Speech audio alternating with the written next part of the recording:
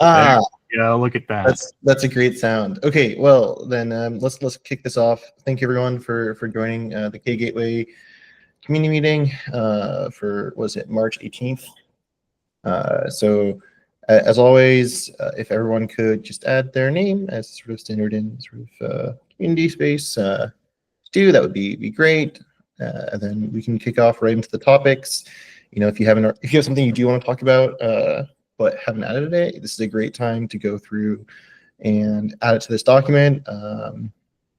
You can find this meeting, of course, either through the K Gateway GitHub, and that will GitHub's probably, I don't know, the community K Gateway, which should be linked from the README of the K Gateway dev, and that should also have this document as well. Awesome. So unless there's anything else, I propose we kick it straight into topics. Fantastic. So yeah, we have some EPs. I guess I probably should put my name here. Sorry about that. I'm still pretty bad about this, but at least wanted to bring up for anyone who sort of is interested, there's sort of two EPs that are stuck in the same PR for design. And so one of the big things that we're looking at is how do you define where within the order of operations should any extension be placed. And so this is something we think is going to be needed for several things. So xauth, so one of the basic authorization sort of setups is going to need it, xproc, probably other ones. So would love for people to dig into that and sort of give thoughts. I know they've been churning around a lot, but we do feel, or at least I feel, like it's pretty important for us to get this one right and get it right early so we can reuse it. I don't really have too much more on it than that. Any questions or things we want to dig into on those? Because I do think those are sort of at risk if we don't get some more consensus on it.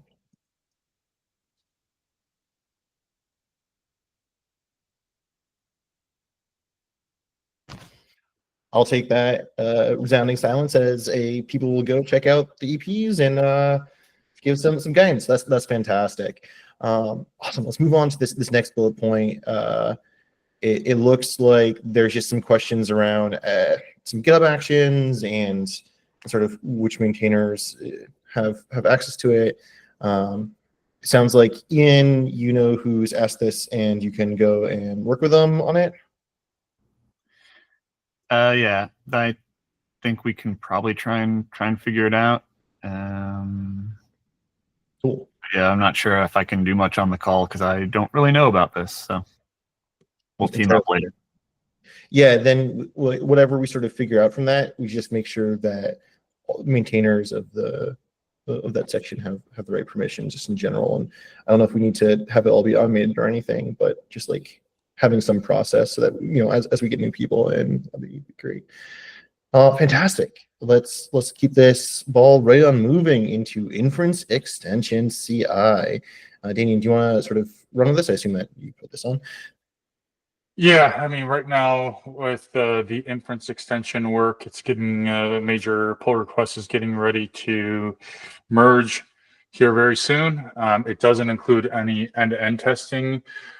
Interestingly enough, upstream doesn't even have end-to-end testing, and one of the big challenges has been GPU requirements. Upstream, and the GPU requirements, they're not for the inference extension itself. It's to run a model server, and there's been progress upstream to add a CPU-based model server deployment, which for the first time I actually have it running. So that gives us an option there to not have GPU requirements to run CI end-to-end testing or end-to-end testing in CI. And the last bit is that the CPU requirements are pretty hefty, though. So before we go there, we had the same problem with Nina's PR. and our solution was to mock out the server. Is that possible in this case? Yeah, that's already being done upstream, so we can do that. Yeah, if that's what we want to do instead of actually doing a true end-to-end test, then I'll look at doing that one. And I feel like it's definitely something we can iterate towards. And at this point, it should be, I think, good enough, especially as the spec continues to evolve. I'm sure we'll rewrite this test multiple times. Okay, cool.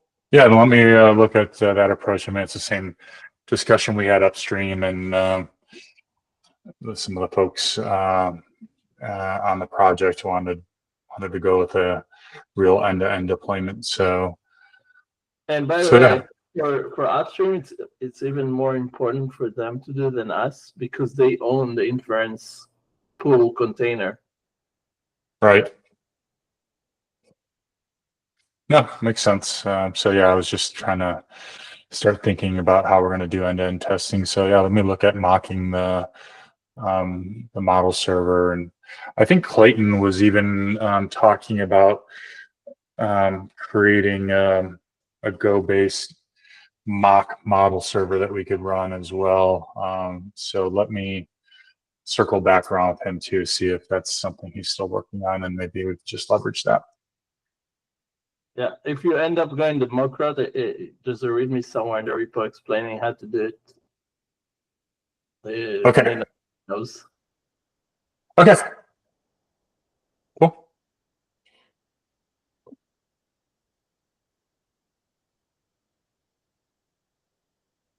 Awesome. So does that mean that, so it sounds like you have some consensus on next steps. Is there anything else we needed to talk about with inference, or are we sort of in a good spot and meaning you're sort of unblocked to continue on that path? Yeah, I'm unblocked, so we just need some final reviews. But Lawrence and Yuval and I just talked about it, and the PR is ready to go. So yeah, we would really appreciate eyes on that because literally every day I'm spending an hour or more rebasing. I guess that's a good question for this group. Maybe something we take, to as a future topic, and also, sort of come back to. But it'd be nice if we could have something that would at least put up candidate merges or something. I don't know how feasible doing something where we don't have to keep on rebasing would be.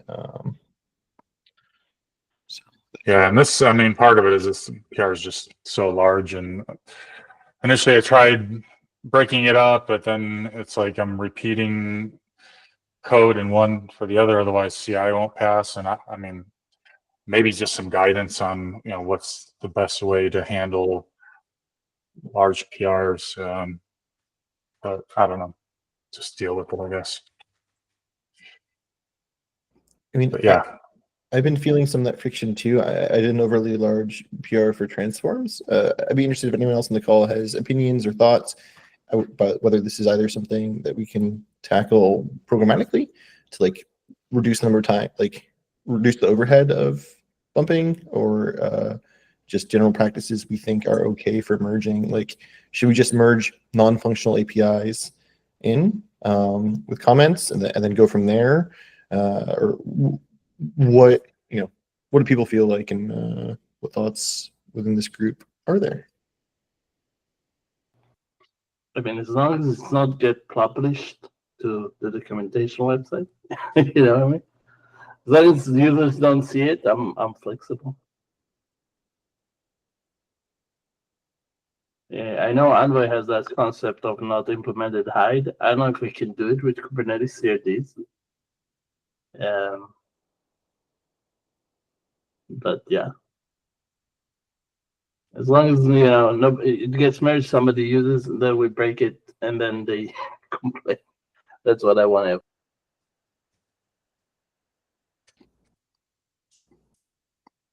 Yeah, maybe that's what we do, is we just put up I'll write an issue just saying can we add that to basically investigate And if so, add some way for us to hide certain kube, like maybe via kube builder, hide those APIs or something.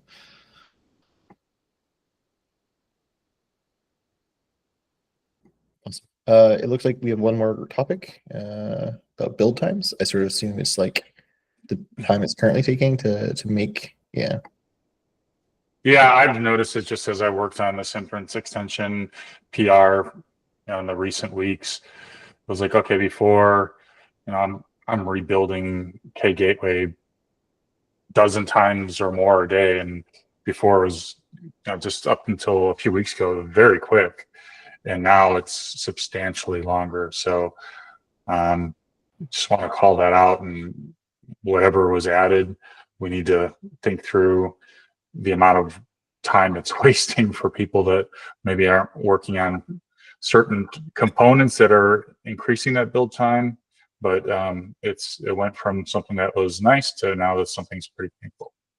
Do you know why the build up so high? Rust formations. Now I see like pip install. I see something with rust formations here recently. Okay, so it's not just the Go, it's like the whole like setup kind takes long. Yeah. Gotcha. Yeah, Yeah, I think you can definitely do some form of caching there, so it's better. Yeah. yeah. So in particular, that would be us sort of caching intermediaries for our Envoy wrapper stuff and for the AI extensions set up as well, that XProc server.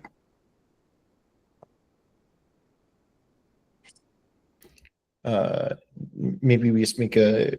Does anyone know if there's already an issue out there that we can like sort of tackle this in, or is anyone interested in working on this sort of WX piece?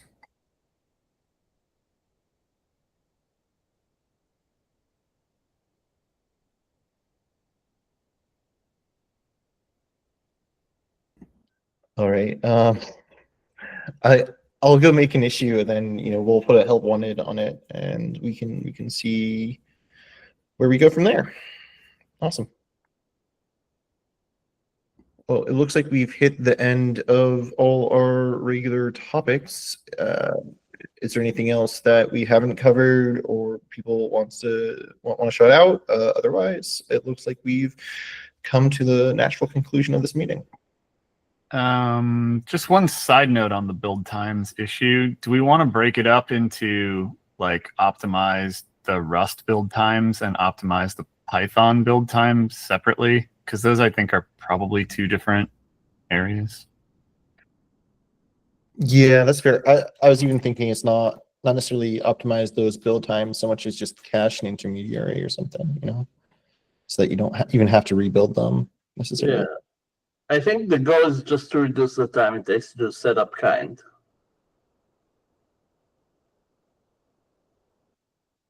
And the means don't really matter that much. Is that kind of your experience?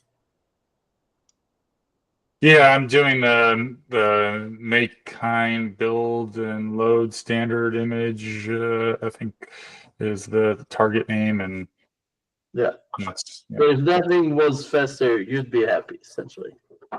yeah. I guess the other thing in the interim, just to speed it up, if you're using make kind build and load, you can also specify a single image if you're working on a single image. So I know that's not the full answer, but just like in the interim, it might help.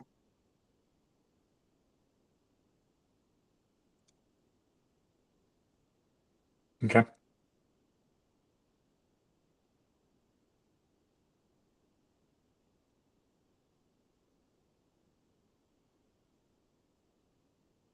I was going to add it here inside the meeting notes here, where it's just kind build and load kgateway, for example. If you just want to rebuild the controller, would be sort of the it was one I've been using recently.